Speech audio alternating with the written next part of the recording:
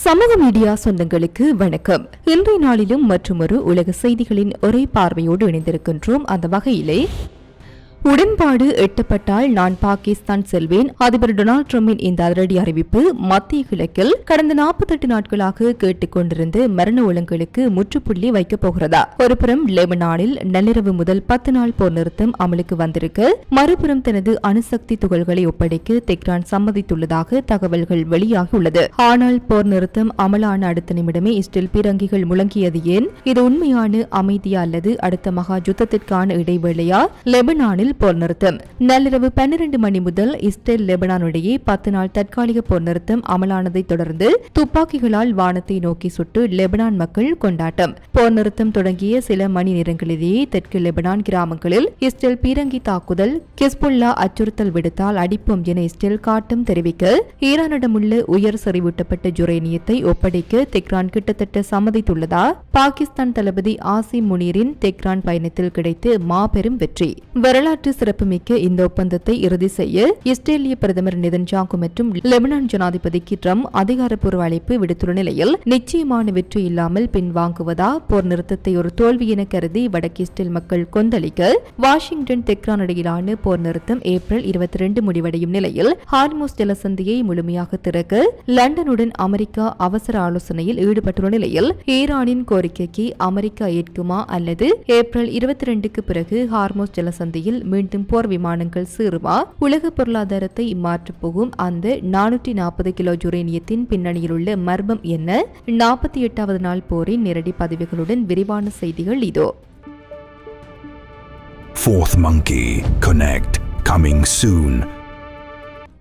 6 வாரங்களாக உலகையே உலுக்கி வரும் அமெரிக்கா ஈரான் இஸ்ரேல் மும்முனை போர் இன்று ஒரு மிக முக்கியமான திருப்பு முனையை எட்டியுள்ளது. பாகிஸ்தானின் வழிகாட்டுதலில் அமெரிக்காவின் மத்தியஸ்தத்துடன் லெபனான் மற்றும் இஸ்ரேல் இடையே 10 நாள் போர் நிறுத்தம் அதிகாரப்பூர்வமாக அமலுக்கு வந்துள்ளது.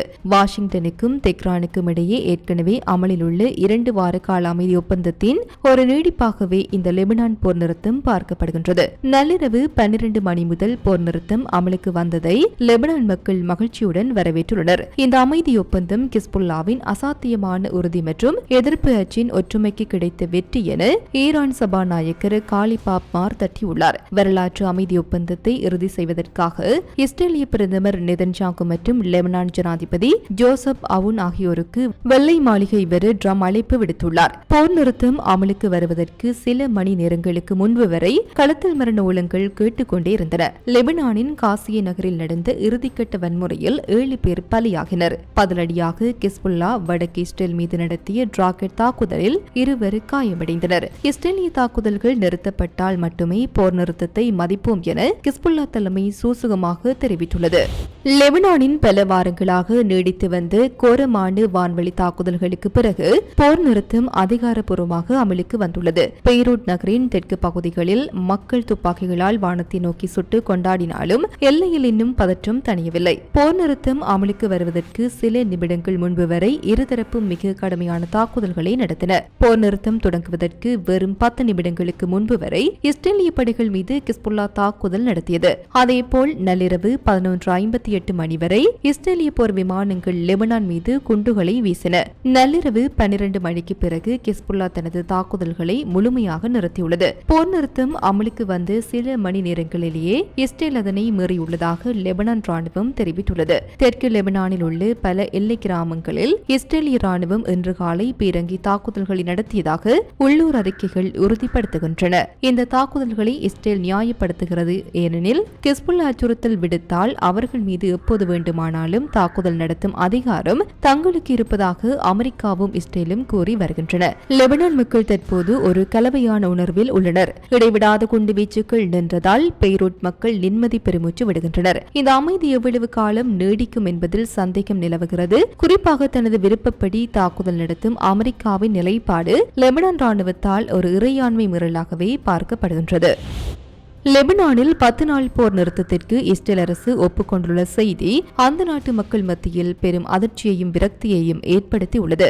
குறிப்பாக கிஸ்புல்லாவின் ஏவுகணை தாக்குதல்களால் வீடுகளை இழந்து தவிக்கும் வடக்கு இஸ்ரேல் மக்கள் இந்த முடிவை ஒரு தோல்வியாகவே கருதுகின்றனர். அரசியல் விமர்சகர் அபே தபுஷாதே இஸ்ரேலியர்களின் தற்போதைய மனநிலை குறித்து பகிர் தகவல்களை வெளியிட்டுள்ளார். போர் நிறுத்தம் அமலுக்கு வரும் கடைசி நிமிடம் வரை கிஸ்புல்லா தனது ராணுவ பலத்தை தக்க வைத்து ஏவுகணைகளை வீசியது இஸ்ரேலியர்களை ஆச்சரியத்தில் ஆழ்த்தியுள்ளது. தெற்கு லெபனானை ஒரு முழுமையான பாதுகாப்பு மண்டலமாக மாற்றுவோம் என இஸ்ரேலிய ராணுவம் அளித்த வாக்குறுதி நிறைவேற்றப்படவில்லை என மக்கள் கருதுகின்றனர். அமெரிக்கா மற்றும் இஸ்ரேலுக்கு இடையே நடக்கும் ரகசிய ஒப்பந்தங்கள் குறித்து இஸ்ரேலிய மக்களுக்கு தெளிவான அமெரிக்கா மற்றும் ஈரானுக்கு இடையே நடக்கும் ரகசிய ஒப்பந்தங்கள் குறித்து இஸ்ரேலிய மக்களுக்கு தெளிவான உண்மைகள் கூறப்படவில்லை என்ற உணர்வு நிலவுகிறது. இந்த போர் நிறுத்தத்தில் லெபனானும் அடங்கும் என ஈரான் மற்றும் பாகிஸ்தான் முன்பே கூறியிருந்தது. ஆனால் இஸ்ரேலிய அரசாங்கம் அதனைத் தொடர்ந்து மறுத்து வந்தது. இறுதியில் இஸ்ரேலிய அரசியல்வாதிகள் சொல்வதற்கு முன்பே அமெரிக்க அதிபர் டொனால்டு டிரம்ப் மூலமாகவே போர் நிறுத்த செய்தி மக்களுக்கு தெரிய வந்தது.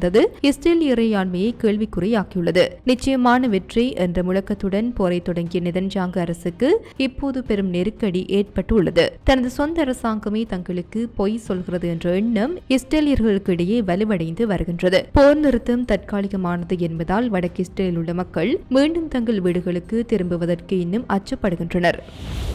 மத்திய கிழக்கில் போர் மேகங்கள் கலைந்து அமைதி திரும்புமா என்ற கேள்விக்கு மத்தியில் அமெரிக்கா ஈரான் இடையிலான ராஜதந்திர பேச்சுவார்த்தைகள் ஒரு சிக்கலான கட்டத்தை எட்டியுள்ளன. இதுகுறித்து தெஹ்ரானை சேர்ந்து மூலோபாய ஆய்வாளர் அபாஸ் அஸ்லானி பகிர்ந்துள்ள தகவல்கள் முக்கியத்துவம் பெற்றுள்ளன. ஈரான் போர் மிக விரைவில் முடிவுக்கு வரும் என அதிபர் டிரம்ப் கூறியுள்ளதை சுட்டிக்காட்டிய அஸ்லானி, இந்த போர் தொடர்வதால் அமெரிக்காவிற்கு எந்த மூலோபாய பலனும் இல்லை, மாறாக உலகளாவிய எரிசக்தி சந்தையில் ஏற்படும் கடும் விளைவுகளுக்கு அஞ்சி டிரம்ப் இந்த போரிலிருந்து கௌரவமாக வெளியேற வழி தேடுகிறார். போர் நீடித்தால் அமெரிக்காவின் பொருளாதாரம் மற்றும் சர்வதேச செல்வாக்கு மேலும் பாதிக்கப்படும் என்பதை வாஷிங்டன் உணர்ந்துள்ளது. அமெரிக்காவின் தற்போதைய செயல்பாடுகளில் ஈரான் கடும் முரண்பாடுகளை காண்கின்றது. ஒருபுறம் பேச்சுவார்த்தை முன்னேற்றம் அடைவதாக கூறினாலும் மறுபுறம் கடற்படை முற்றுகை மூலம் ஈரானின் கழுத்தை அமெரிக்கா நெரிக்கிறது. ஒரு அரைகுறை சாதகமாகவும் மற்றொன்று பாதகமாகவும் இருக்கிறது என அஸ்லானி குறிப்பிட்டார். அமெரிக்க ராணுவத்தின் ஒவ்வொரு நகர்வையும் ஈரான் உன்னிப்பாக கவனித்து வருகின்றது. பேச்சுவார்த்தைகளில் இன்னும் சரி செய்யப்பட வேண்டிய பல இடைவெளிகள் இருப்பதாக ஈரான் கருதுகின்றது. பேச்சுவார்த்தை மூலம் அமைதி ஏற்பட்டால் அதனை வரவேற்கவும், ஒருவேளை பேச்சுவார்த்தை முறிந்தால் மீண்டும் போர்க்களத்திற்கு திரும்பவும் ஈரான் அதிகாரிகள் தயாராக உள்ளனர். 440 கிலோ யுரேனியம் மற்றும் ஹார்முஸ் ஜலசந்தியின் கட்டுப்பாடு போன்ற முக்கிய பிரச்சினைகளில் இன்னும் இறுதி முடிவு எட்டப்படவில்லை. ஈரான் போர் நிறுத்த காலம் முடிவடைய இன்னும் சில நாட்களே உள்ள நிலையில் சர்வதேச அரங்கில் ராஜதந்திர நகர்வுகள் உச்சக்கட்டத்தை எட்டியுள்ளன. அமெரிக்க வெளியுறவுத்துறை செயலர் மார்க்கோ ரூபியோ இங்கிலாந்து வெளியுறவு அமைச்சர் டேவிட் கூப்பருடன் தொலைபேசி வாயிலாக அவசர ஆலோசனை நடத்தியுள்ளார். இந்த ஆலோசனையின் மிக முக்கியமான நோக்கம் முடங்கி கிடக்கும் ஹார்முஸ் ஜலசந்தியை மீண்டும் வர்த்தகத்திற்காக திறப்பதே ஆகும். உலக சந்தைகளுக்கு தடையின்றி எரிசக்தி விநியோகம் சென்றடைவதை உறுதி செய்ய வேண்டும் என இரு நாடுகளும் வலியுறுத்தியுள்ளன. வணிக கப்பல்கள் எவ்வித அச்சமுமின்றி ஜலசந்தியை கடக்க ஏதுவாக அங்கு நிலவும் கடற்படை முற்றுகை மற்றும் பாதுகாப்பு குறைபாடுகளை சீரமைக்க வேண்டிய அவசர தேவை குறித்து விவாதிக்கப்பட்டது. வாஷிங்டனுக்கும் தெஹ்ரானுக்கும் இடையே எட்டப்பட்டு தற்காலிக போர் நிறுத்தம் வரும் ஏப்ரல் 22 அன்றுடன் முடிவுக்கு வருகிறது. போர் நிறுத்தம் காலாவதியான பிறகு மீண்டும் போர் வெடிக்குமா அல்லது அமைதி ஒப்பந்தம் நீடிக்கப்படுமா என்பது குறித்து மார்க்கோ ரூபியோ மற்றும் டேவிட் கூப்பர் விரிவாக விவாதித்தனர். ஏற்கனவே பாகிஸ்தான் மற்றும் மலேசியா போன்ற நாடுகள் மத்தியஸ்தம் செய்து வரும் நிலையில் மேற்கத்திய நாடுகளும் இப்போது ஒரு தெளிவான முடிவை எடுக்க முனைந்துள்ளன. இந்த ராஜதந்திர பேச்சுவார்த்தைகள் உலக பொருளாதாரத்தில் பெரும் தாக்கத்தை ஏற்படுத்தியுள்ளன. ஜலசந்தி திறக்கப்படும் என்ற நம்பிக்கை கச்சா எண்ணெய் விலையில் சிறிதளவு மாற்றத்தை ஏற்படுத்தியுள்ளது. இருப்பினும் ஏப்ரல் 22க்கு பிறகு என்ன நடக்கும் என்ற அச்சம் முதலீட்டாளர்கள் மத்தியில் நீடிக்கிறது.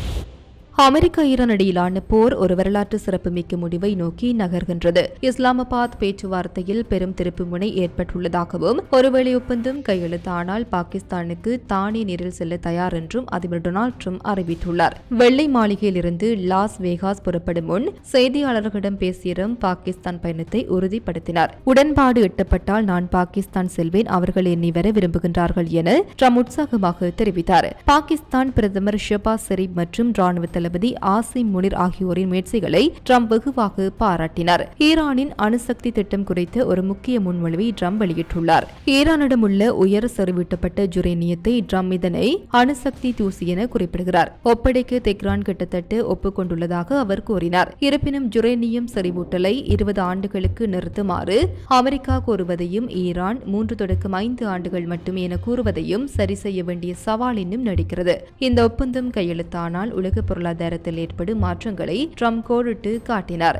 ஒப்பந்தம் ஏற்பட்டால் ஹோர்முஸ் ஜலசந்தி சுதந்திரமாக திறக்கப்படும், எரிபொருள் விலை முன்பை விட குறையும் என ட்ரம்ப் உறுதியளித்தார். வரும் சனிக்கிழமை அல்லது ஞாயிற்றுக்கிழமை இஸ்லாமாபாத்தில் மீண்டும் நேரடி பேச்சுவார்த்தைகள் தொடங்கும் என எதிர்பார்க்கப்படுகின்றது. இத்துடன் குறித்த காணொளி நிறைவு பெறுகின்றது. இது தொடர்பிலான உங்களுடைய கருத்துக்களை கமெண்ட் வாயிலாக தெரிவிக்கலாம். இது போன்ற பல செய்திகளை தெரிந்து கொள்ள நம்முடைய சமூக மீடியா யூடியூப் சேனலை சப்ஸ்கிரைப் செய்து அருகிலுள்ள பெல் பட்டனை கிளிக் செய்யுங்கள். மேலும் செய்திகளை உடனுக்குடன் தெரிந்து கொள்ள சமூகமீடியா.com என்ற இணையதளத்தின் வாயிலாக எங்களுடன் இணைந்திருங்கள்.